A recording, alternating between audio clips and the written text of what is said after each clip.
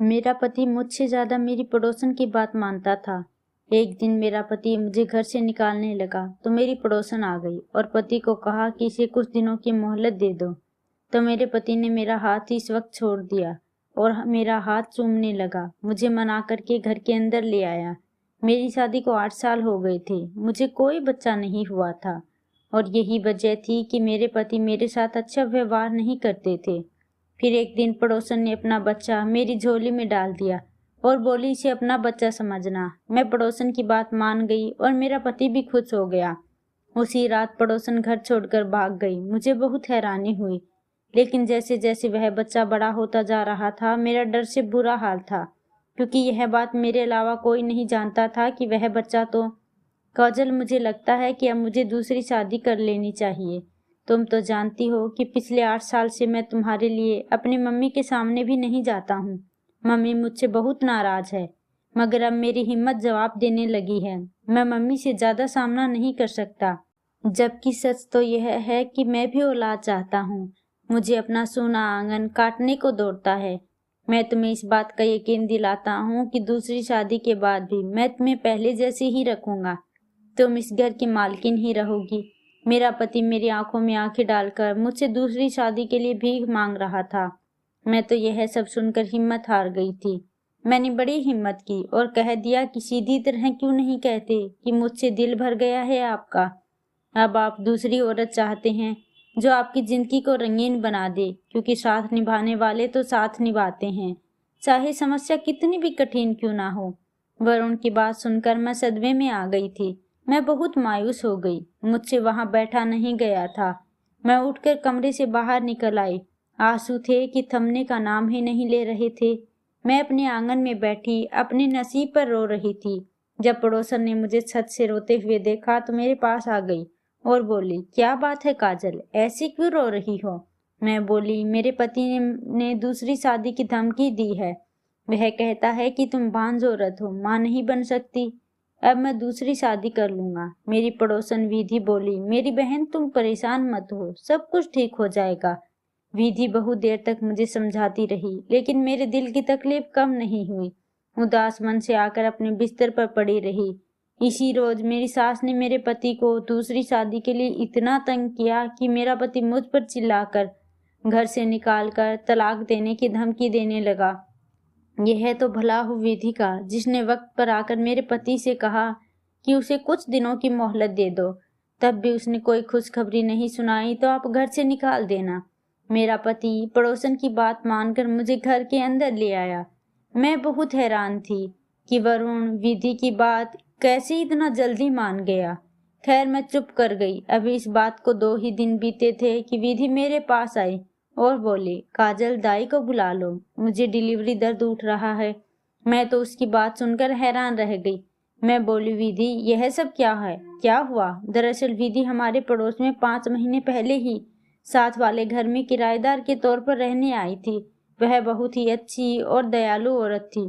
उससे मेरी खूब दोस्ती हो गई थी। उसने मुझे सिर्फ इतना बताया था कि वह शादीशुदा है और उसका पति बाहर विदेश में रहता है। उसने मुझे अपनी प्रेगनेंसी के बारे में कुछ नहीं बताया था और ना ही उसके शरीर से कुछ पता चलता था कि वह प्रेग्नेंट है।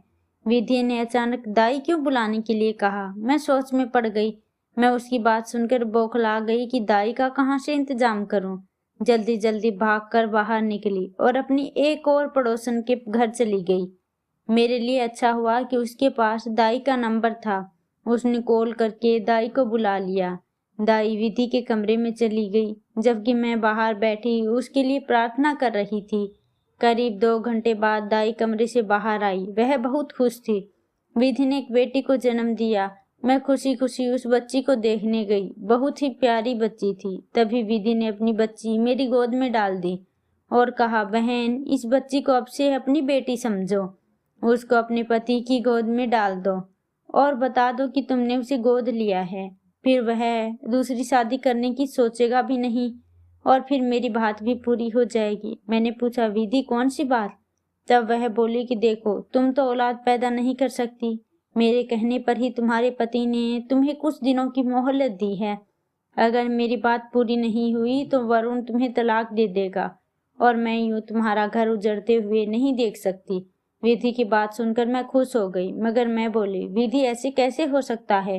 क्या तुम्हारे पति ने इस बच्ची को देने से नहीं रोका? विधि बोली, काजल तुम इस बात की फिक्र मत करो, मैं अपने पति से कह दूंगी कि बच्ची पैदा होते ही मर गई। मैं बोली, विधि तुम मेरी खातिर इतना बड़ा झूठ कैसे बोल सकती हो?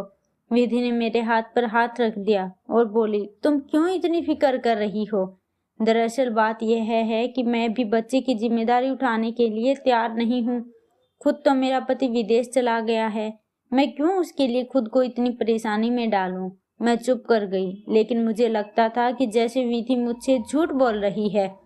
वह जानबूझकर उस बच्ची से जान छुड़ाना चाहती है। खैर मैंने भी खुशी खुशी उस बच्ची को ले लिया। अगर उसको कदर नहीं तो क्या हुआ, मेरी ममता तो प्यासी थी और उस बच्ची को देखकर मेरी ममता झलक उठी।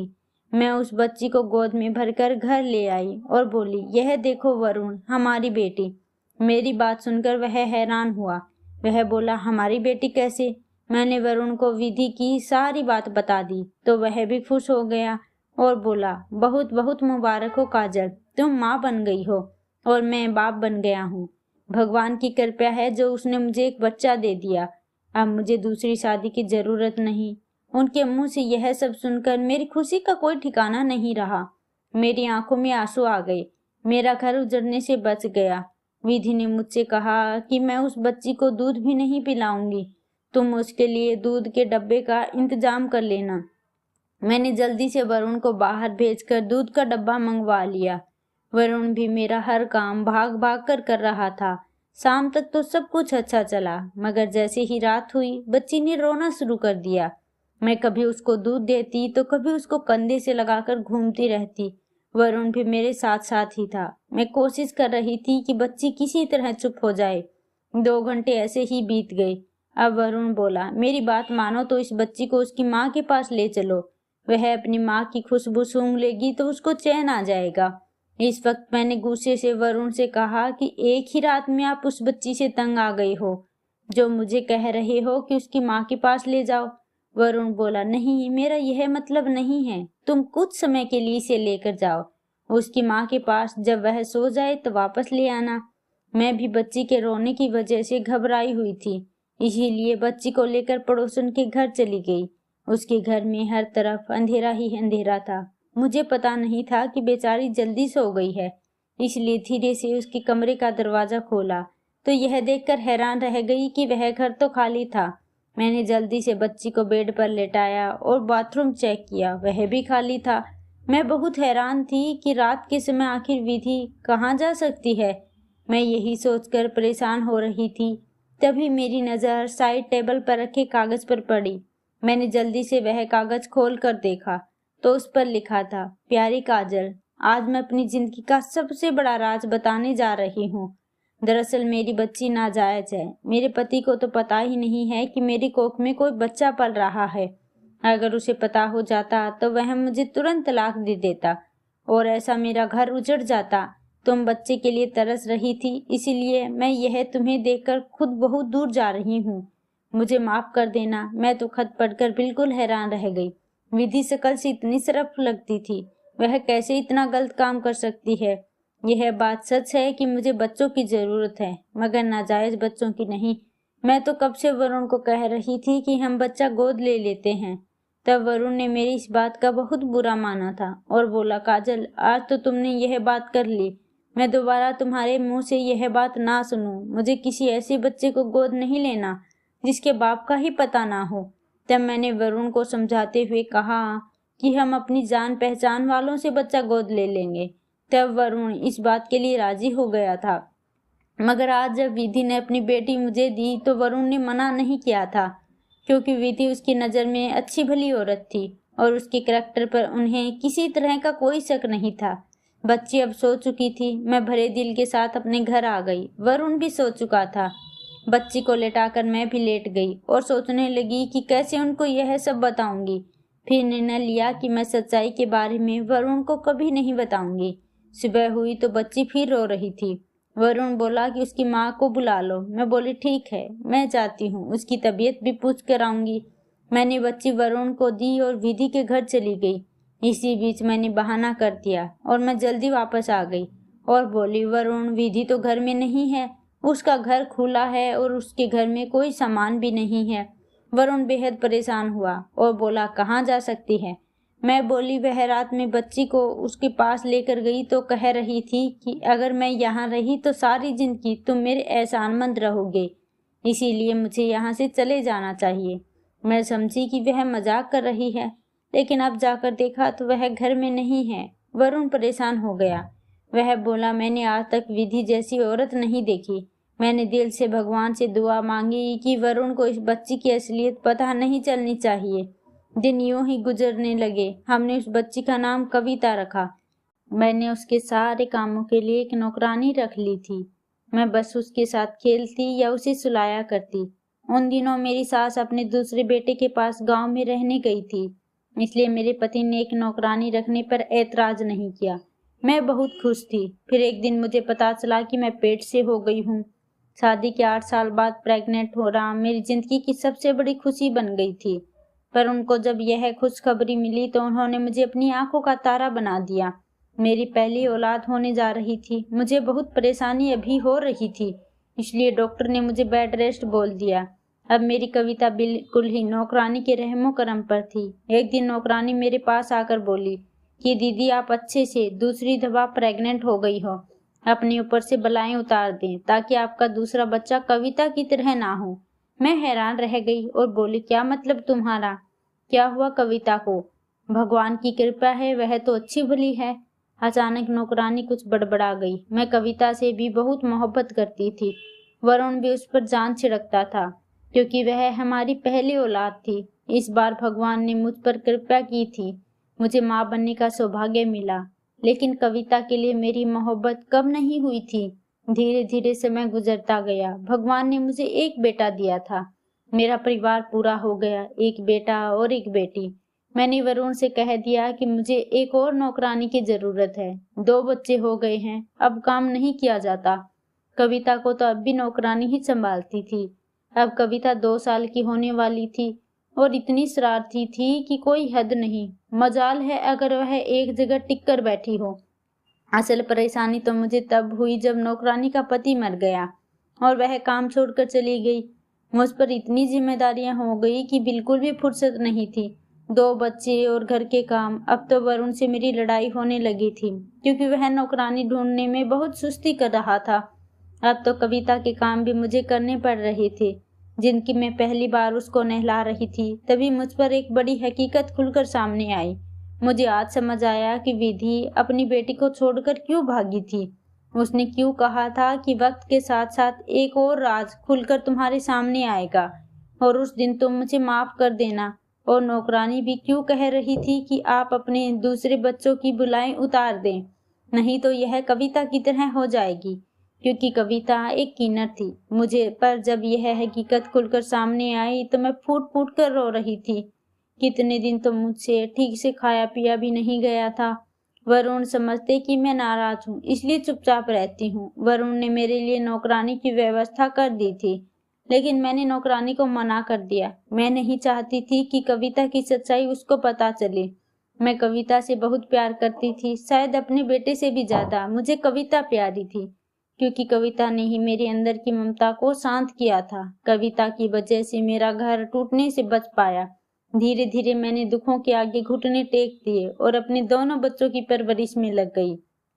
कविता सुंदर तो पहले से ही थी, लेकिन जैसे जैसे बड़ी होती गई उसकी सुंदरता और भी ज्यादा बढ़ती जा रही थी। मेरा बेटा श्लोक अपनी बहन से बहुत नफरत करता था। यह सब देखकर मेरा दिल बहुत दुखता था। मैं श्लोक को समझाती तो वह कहता कि वह बहुत अजीब है, अजीब अजीब हरकतें करती है। श्लोक की बातें सुनकर मैं बहुत रोई थी। मैंने श्लोक को समझाया कि श्लोक ऐसा इसलिए है क्योंकि वह भी कुछ बीमार है, धीरे धीरे ठीक हो जाएगी। लेकिन तुम मुझसे वादा करो कि तुम अपनी बहन को कभी तंग नहीं करोगे, उसका हमेशा ध्यान रखोगे। मुझे इस तरह रोता देखकर श्लोक बहुत परेशान हो गया। उसने मुझे चुप कराया और मुझसे वादा किया कि वह अपनी बहन का ध्यान रखेगा। लेकिन फिर भी मैं कविता को लेकर बहुत परेशान थी, क्योंकि जैसे जैसे वह बड़ी हो रही थी उसके अंदर बगावत बढ़ने लगी। उसने अभी 10वीं पास कर लिया था। वह अपने बारे में सब कुछ जानने और समझने लगी थी। एक दिन वह रोते हुए मेरे पास आई और बोली कि यह आपने अच्छा नहीं किया। आपने क्यों मेरी पहचान छिपाई? मुझे किसी से भी छुपाने की जरूरत नहीं है। भगवान ने मुझे जैसा बनाया है, मुझे इसी पहचान के साथ जीना होगा। धीरे धीरे कविता का व्यवहार रूटीन में आने लगा था। एक दिन वरुण बहुत गुस्से में घर आया और कविता पर थप्पड़ों की बारिश कर दी। मैंने जैसे तैसे कविता को बचाया और वरुण से उसे मारने की वजह पूछी तो वरुण ने गुस्से से अपना फोन मेरी तरफ बढ़ा दिया। वरुण के व्हाट्सएप पर किसी ने एक वीडियो डाली थी जिसमें कविता डांस कर रही थी और कविता ने सोशल मीडिया पर अपना अकाउंट बनाया हुआ था और उस पर यह भी लिख दिया था कि मैं एक किन्नर हूँ। वरुण एक बार फिर कविता की तरफ गुस्से से बढ़े और चीखते हुए कहा, इस शब्द का तुम्हें मतलब ही पता है? इस शब्द का लिखना वरुण कविता का बचपना समझ रहे थे और तभी आगे बढ़कर मैंने वरुण से कहा कि यह सच है, हमारी कविता सचमुच किन्नर है। यह बात सुनते ही वरुण के चेहरे पर सन्नाटा फैल गया। उन्हें शायद मेरी बात का विश्वास नहीं हो रहा था। कुछ देर तक वह कुछ नहीं बोले और फिर मुंह से निकला कि तुम यह क्या कह रही हो काजल?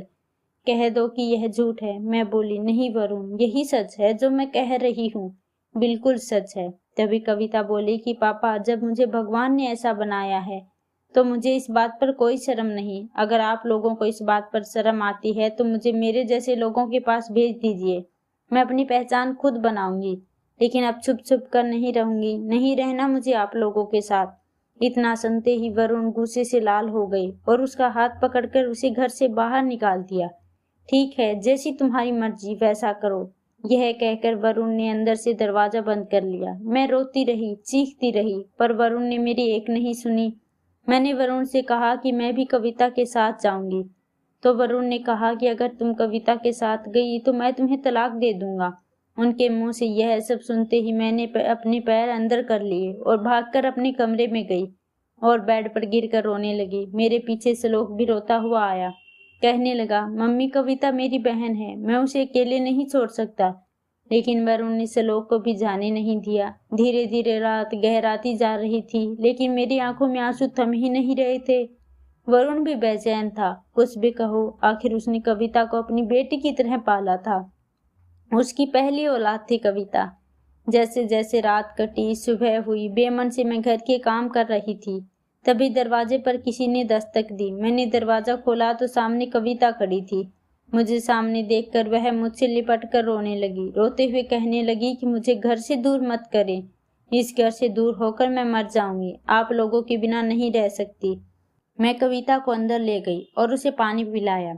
फिर उससे पूछा कि क्या हुआ तुझे, सब ठीक तो है ना? कविता ने रोते हुए बताया कि मम्मी, मैं घर से गुस्से से निकल गई, यह सोचकर कि मैं अपने जैसे लोगों के साथ रहूंगी।